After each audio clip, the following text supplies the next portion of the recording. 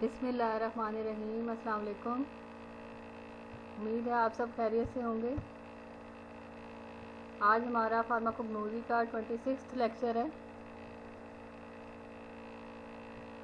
Pharmacognosy में chapter 10F हम पढ़ रहे हैं। लास्ट 2 लेक्चर जो हैं वो टेनेंस के हमने पढ़े हैं।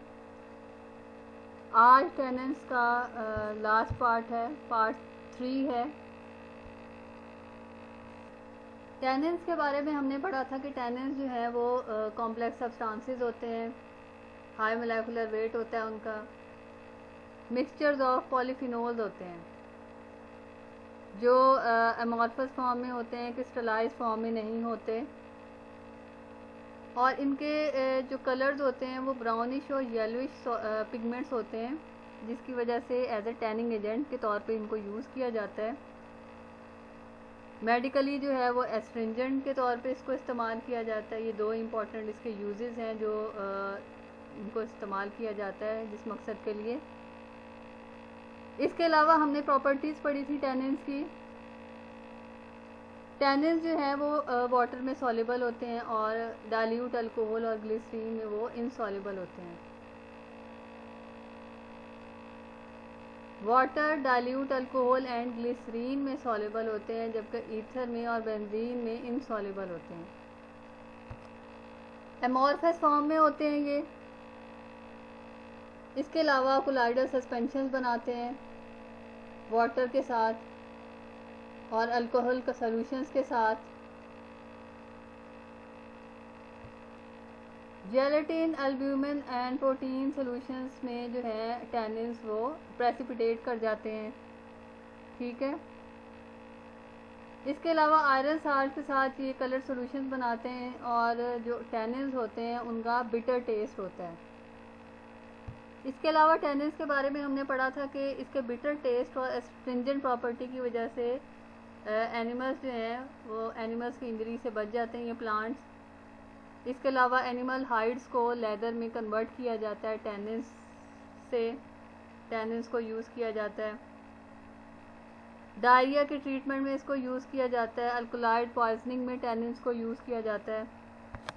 लास्ट लेक्चर में हमने टेनिन्स के टेस्ट पढ़े थे कि टेनिन्स जो हैं उसके डिफरेंट टेस्ट परफॉर्म किए जाते हैं। Identification test, ferric chloride test था, गोल्ड बीटर स्किन टेस्ट था, मैच स्टिक टेस्ट था और जेलेटिन टेस्ट था, जिसमें हम आइडेंटिफाई करते हैं कि ट्रू टेनिन्स कौन से हैं, सीडो टेनिन्स कौन से हैं। इसके अलावा हाइड्रोलाइजेबल टेनिन्स को भी और कंडेंस टेनिन्स को भी हम डिफरेंट टेस्ट के ज़रिए आइडेंटिफाई कर सकते हैं इजीली। कल हमने क्लासिफिकेशन भी पढ़ी थी टेनिन्स की। आज उसको थोड़ा ओवरव्यू कर लेते हैं कि टेनिन्स जो हैं वो ट्रू टेनिन्स में उसको क्लासीफाई किया गया और सीडो टेनिन्स में ट्रू टेनिन्स को हाइड्रोलाइजेबल टेनिन्स और कंडेंस टेनिन्स में फर्दर डिवाइड किया गया। ट्रू टेनिन्स में हमने पढ़ा था कि ये हाई मोलेकुलर वेट होते हैं, फिनोलिक कंपाउंड होते हैं, जबकि सीडो टेनिन्स जो होते हैं वो उनका लो मोलेकुलर वेट होता है than true tannins. True tannins जो हैं वो गोल्ड बीटर स्किन टेस्ट देते हैं, जबकि सीडो टेनिन्स जो हैं वो गोल्ड बीटर स्किन टेस्ट नहीं देते। इसके अलावा ट्रू टेनिन्स के बारे में हमने पढ़ा था कि हाइड्रोलाइजेबल टेनिन्स होते हैं और कंडेंस्ड टेनिन्स होते हैं। हाइड्रोलाइजेबल जो इजीली हाइड्रोलाइज हो जाते हैं, कंडेंस्ड टेनिन्स जो होते हैं वो इजीली हाइड्रोलाइज नहीं होते। हाइड्रोलाइजेबल टेनिन्स को पायरोगलोल कहा जाता है जब उनकी ड्राई डिस्टिलेशन की जाती है, जबकि कंडेंस्ड टेनिन्स जो हैं उनको कैटिकोल्स कहा जाता है जब उनकी ड्राई डिस्टिलेशन की जाती है। कैटिकोल्स हमारे कंपाउंड हासिल होते हैं। हाइड्रोलाइजेबल टेनिन्स जो हैं वो ब्लूइश कलर देते हैं जब फेरिक क्लोराइड के साथ उसको ट्रीट किया जाए, और कंडेंस्ड टेनिन्स जो हैं वो ग्रीन कलर देते हैं।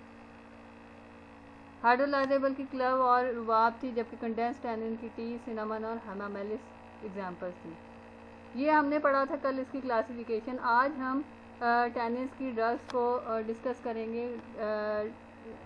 टेनिन्स की 3 ड्रग्स हैं आपके सिलेबस में। 3 ड्रग्स जो हैं उनको आज स्टडी करेंगे टेनिन्स की। आज की जो फर्स्ट ड्रग है वो है कैटीच्यू। कैटीच्यू जो है वो सीडो टेनिन्स में आती है, इसमें कैटीचिन पाया जाता है। लो मोलेकुलर वेट है true tannins as compare to true tannins. इसके अलावा जो कैटीच्यू है ये गोल्ड बिटर स्किन टेस्ट नहीं देते, फाल्स आता है इनका। ठीक है, कैटीच्यू जो है इसको आम जुबान में कत्था कहा जाता है, इसको इस्तेमाल किया जाता है। इसकी जो है कैटीच्यू दो प्लांट से हम हासिल कर रहे हैं। एक तो इसकी पेल कैटीच्यू है और एक ब्लैक कैटीच्यू है। पेल कैटीच्यू जिसे हासिल कर रहे हैं वो प्लांट अलग है, ब्लैक कैटीच्यू जो है उसका प्लांट डिफरेंट है। पेल कैटीच्यू जो है वो एक्सट्रैक्ट हासिल करते हैं उसके लीव्स और उसके ट्विग्स से। एक्सट्रैक्ट उसका निकालते हैं, उसके बाद उसको ड्राई कर देते हैं और पाउडर फॉर्म में उसको यूज़ किया जाता है। ब्लैक कैटीच्यू जो है वो प्लांट के जो वुड है, लकड़ी जो है, उससे एक्सट्रैक्ट निकाला जाता है, जिसको फिर पाउडर फॉर्म में उसको कन्वर्ट किया जाता है एक्सट्रैक्ट निकाल के। जैसे एक्सट्रैक्शन के प्रोसेस में हमने पढ़ा था कि किस तरह डिफरेंट प्लांट्स के पार्ट्स को यूज़ करके उनका एक्सट्रैक्ट निकाला जाता है। तो पेल कैटीच्यू और ब्लैक कैटीच्यू जो है वो डिफरेंट प्लांट से हासिल किए जाते हैं और डिफरेंट पार्ट से इनको अलग किया जाता है। ठीक है,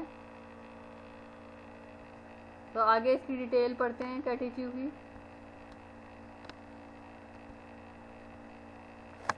biological source parts use pale catechu dried extract from leaves and twigs of Uncaria gambier।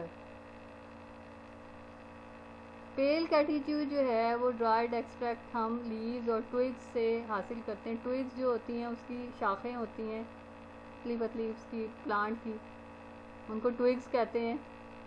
Leaves और ट्विग्स से जो है वो पेल कैटीच्यू हासिल हो रहा है। Black catechu dried extract from heartwood of acacia catechu। Dried extract हासिल कर रहे हैं हार्टवुड, उसकी जो लकड़ी है उससे एक्सट्रैक्ट निकाला जाता है, फिर उसको ड्राई किया जाता है और उसका जो प्लांट है वो अकेशिया कैटीच्यू है। पेल कैटीच्यू का प्लांट अनकेरिया गैम्बियर है, जबकि ब्लैक कैटीच्यू का है अकेशिया कैटीच्यू। पेल कैटीच्यू की फैमिली जो है वो रूबिएसी है। ब्लैक कैटीच्यू की फैमिली है लेग्यूमिनोसी। दोनों की फैमिलीज भी डिफरेंट हैं, पेल कैटीच्यू की भी और ब्लैक कैटीच्यू की भी। नेक्स्ट इसके देखते हैं chemical constituents. Main chemical constituent जो उसमें पाया जाता है वो है कैटेचिन। ठीक है, इसके अलावा कैटीच्यू टैनिक एसिड भी है उसमें और क्वारसेटिन भी है इसमें। कैटेचिन है, कैटीच्यू टैनिक एसिड है एंड क्वारसेटिन है। ये केमिकल कॉन्स्टिट्यूएंट्स में कैटीच्यू में पाए जाते हैं। इसके अलावा उसके यूजेस हैं एस्ट्रिंजेंट। एस्ट्रिंजेंट जैसे पहले भी मैंने आपको बताया था, एस्ट्रिंजेंट्स वो कंपाउंड्स होते हैं जो बॉडी टिश्यूज़ को श्रिंक करते हैं, कॉन्स्ट्रिक्ट करते हैं। कि जब आप फॉर एग्जांपल अगर ज़ुबान में उनको लें तो आपको श्रिंक या फिर कॉन्स्ट्रिक्ट जैसी फीलिंग आएगी। तो एस्ट्रिंजेंट जो होते हैं वो बॉडी टिश्यूज़ को श्रिंक करते हैं, सुकड़ती है जो सुकड़ने को कहते हैं श्रिंक करते हैं इसको, बॉडी टिश्यूज़ को constrict. Use for sore throat, anti inflammatory. Sore throat के लिए भी इसको इस्तेमाल किया जाता है कैटीच्यू को। गले में इन्फ्लेमेशन है, एंटी इन्फ्लेमेटरी प्रॉपर्टी है इसमें, तो इसमें इसकी वजह से इसको सोर थ्रोट में यूज़ किया जाता है। Use to enhance digestion. Digestion का जो सिस्टम है उसको इन्हांस करता है, डाइजेशन के प्रोसेस को। क्योर स्किन डिसऑर्डर, स्किन के डिसऑर्डर्स में भी कैटीच्यू को यूज़ किया जा रहा है। डायरिया, हमने जब इसके यूजेस पढ़े थे टैनिन्स के कि डायरिया में टैनिन्स को इस्तेमाल किया जाता है। Pale catechu is use for tanning and dyeing fabrics brown and black. अब इसमें जो है वो टैनिन्स इसके कलर जो हैं ब्राउन और ब्लैक, जैसे हमने पहले भी पढ़ा हुआ है। तो एज ए डाइंग फैब्रिक्स को रंग करने के लिए जो है टैनिंग के लिए इसको कैटीच्यू को जो है वो यूज़ किया जाता है, पेल कैटीच्यू को।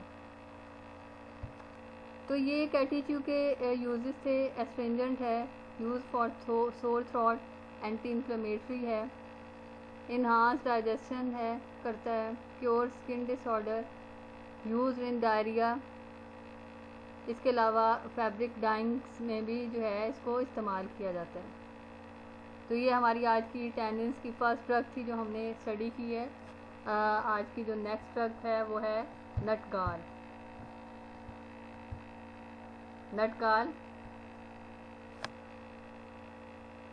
नटगाल जो है वो आउटग्रोथ होती है प्लांट्स की, स्पेशली जो है ऑक ट्रीज होती हैं, बलूत के दरख्त होते हैं जिनमें आउटग्रोथ जो है वो बन जाती हैं उसकी शाखों के ऊपर, स्टेम्स के ऊपर। इंसेक्ट्स की वजह से जो है ये आउटग्रोथ बनती है, गाल्स बनती हैं, जिसको फिर यूज़ किया जाता है। इसमें से टैनिन्स जो है वो निकाला जाता है, हासिल किया जाता है। तो ये नटगाल हैं जिनमें टैनिन्स पाया जाता है। ठीक है। गाल्स, अब नट गाल्स जो हैं वो वो कैसे प्रोड्यूस होते हैं किसी भी प्लांट में, क्या तरीका होता है। Galls are abnormal growth that occur on leaves, twigs, roots और flowers of many plants. Galls जो होते हैं वो एबनॉर्मल ग्रोथ हो जाती है प्लांट के, लीव्स हो सकते हैं, उसकी शाखें हो सकती हैं, रूट्स या फ्लावर्स हो सकते हैं। Most galls are caused by irritation or stimulation of plant cells due to feeding or egg laying by insects such as aphids, wasps और mites। अब different insects होते हैं जो plants के ऊपर रहते हैं, जिसकी वजह से उनकी जो plant cells हैं उसमें stimulation होती है, irritation होती है, और वो जो है एक outgrowth उसमें बनना शुरू हो जाती है plant के अंदर, उसको galls कहते हैं। A gall that resembles a nut, especially a gall produced on a oak, especially Quercus infractoria, and used as a source of tannic acid। ऑक जो है बलूत के दरख्त होते हैं, उसमें जो है गाल्स की तरह जो है ये नट की तरह ये गाल्स बनना शुरू होते हैं, इस वजह से इनको नट गाल्स कहते हैं। और ये जो है ये टैनिक एसिड जो है इसमें पाया जाता है इन नट गाल्स में।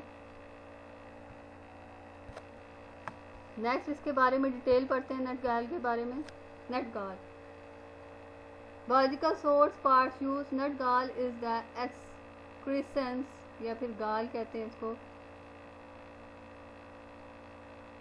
obtained from the young twigs of Quercus infractoria।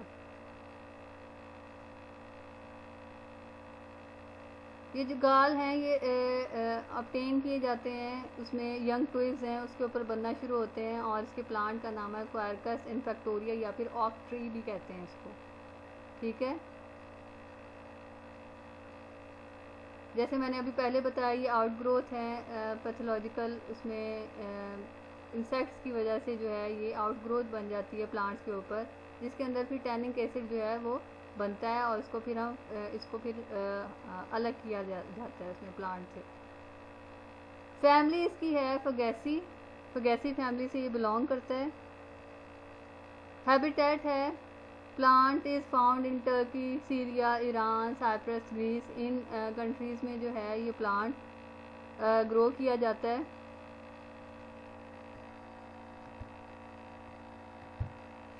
Next है इसका केमिकल कॉन्स्टिट्यूएंट्स जो है वो गैलोटेनिक एसिड है, गैलिक एसिड है, इलाजिक एसिड है एंड स्टार्च। ये 4 मेन केमिकल कॉन्स्टिट्यूएंट हैं जो इसमें पाए जाते हैं। गैलिक एसिड जो है वो सीडोटैनिन्स में आता है, सीडोटैनिन्स हैं गैलिक एसिड। यूजेस इसके हैं, एस्ट्रिंजेंट के तौर पे इसको यूज़ किया जा रहा है। टैनिंग एसिड पाया जाता है इसके अंदर। Use in food and food additives के तौर पे इसको इस्तेमाल किया जाता है, प्रिजर्वेटिव्स, और इसके अलावा फ्लेवर को इन्हांस करने के लिए एज इनको फूड में डाला जाता है। यूज फॉर बर्न्स, जैसे बर्न्स में हमने कहा था कि प्रोटीन्स जो हैं उसको प्रेसिपिटेट करता है, तो इस वजह से जो है ये बर्न्स में यूज़ किया जाता है इनको। For tanning in manufacturing and dyeing, colouring agent हैं ये, कलर्स होते हैं ब्राउन। तो इसके अलावा इनमें इसको इंक मैन्युफैक्चरिंग में, डाइंग में, टैनिंग में इसको यूज़ किया जाता है नटगाल को। तो ये आज की हमारी सेकंड ड्रग थी टैनिन्स की, नटगाल। थर्ड ड्रग जो है हमारी टैनिन्स की वो है हेमामेलिस।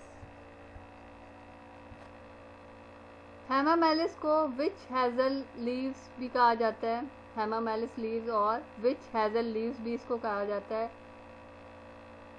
हेमामेलिस जो है इसके लीव्स में टैनिन्स पाया जाता है, तो लीव्स से जो है वो टैनिन्स को एक्सट्रैक्ट इसका निकाला जाता है इसके लीव से, ठीक है।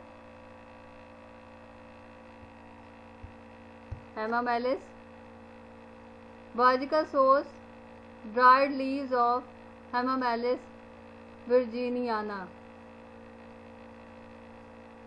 dried leaves of Hemamelis virginiana, ठीक है, ये इसके प्लांट का नेम है। फैमिली इसकी है हेमामेलिडेसी। हैबिटेट इसकी वर्जीनिया, कैलिफोर्निया, यूएसए की जो कंट्रीज़ हैं उसमें ये स्टेट्स में पाया जाता है। ये केमिकल कॉन्स्टिट्यूएंट्स हैं, गैलिटैनिन्स हैं और इलाजिटैनिन्स इसमें पाया जाता है। यूजेस इसके हैं एस्ट्रिंजेंट।